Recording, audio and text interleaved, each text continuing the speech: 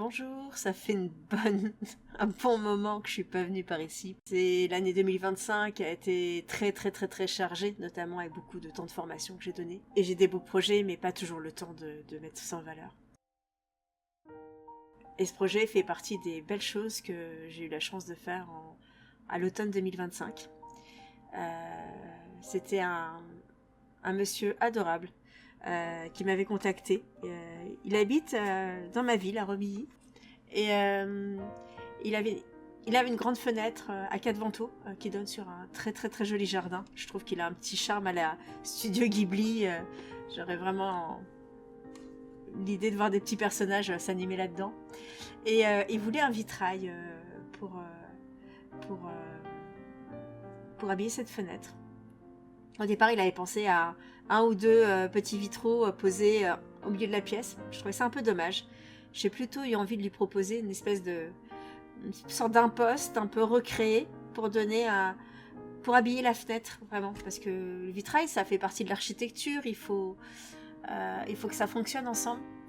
Et c'est un monsieur qui aime les couleurs, ce qui est très chouette.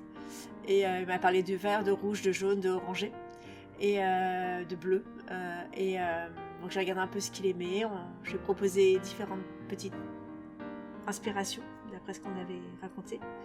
Et c'est ces fleurs là que vous me voyez en train de faire qui ont fait mouche et qui nous ont vraiment plu à tous les deux. Donc du coup je suis partie là-dessus.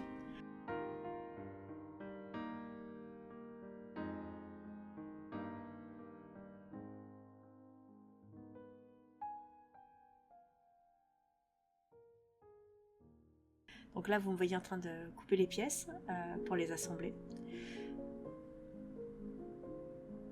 Et autant je savais pour les bleus, les rouges, les oranges, un peu là où j'allais. Vous voyez, ce bleu, il est quand même très...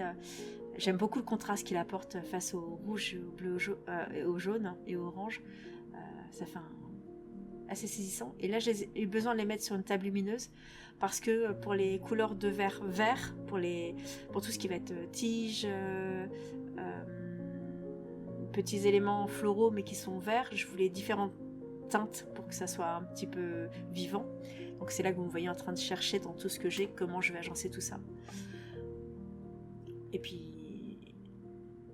comme d'habitude j'ai besoin de réfléchir.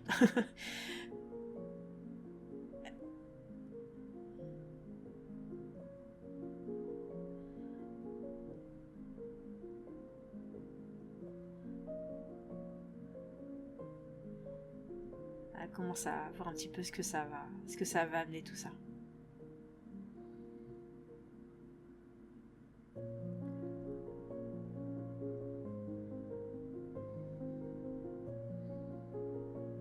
Alors, vu les formes des fleurs là que je voulais faire et l'ensemble, je pensais que la technique Tiffany irait bien parce qu'il y a une petite inspiration Art Nouveau qui fonctionne bien.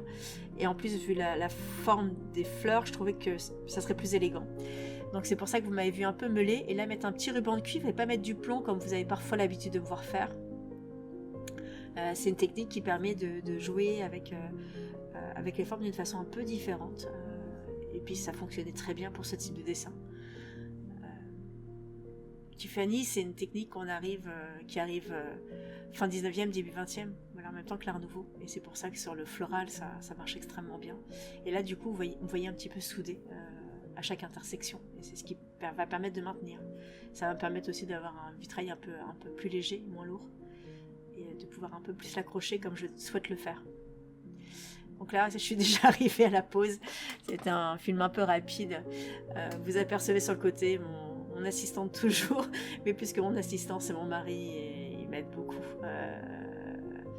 parfois pour la pause mais surtout pour le soutien au quotidien, et c'est précieux. Et là sur ma main vous voyez un peu les couleurs que donne le vert quand ça projette, et je vous avais pas menti quand je vous avais dit que ce jardin est vraiment joli, et je trouve que ce vitrail il souligne juste ce joli jardin. C'est déjà la fin de la vidéo. Je voulais vous remercier de l'avoir visionné jusque-là. Je voulais vous souhaiter une très belle année. La période, elle n'est pas facile pour beaucoup de monde. Je vois dans mes proches, c'est pas toujours simple, côté travail, côté intime. Donc je voulais vous souhaiter vraiment le meilleur pour 2026. Mettre de la beauté dans ce que vous faites parce que ça aide à aller bien, je trouve. En tout cas, c'est ce qui me permet d'avancer toujours et profiter des vôtres. Et voilà. Je vous souhaite plein de bonheur et je vous souhaite vraiment une belle année.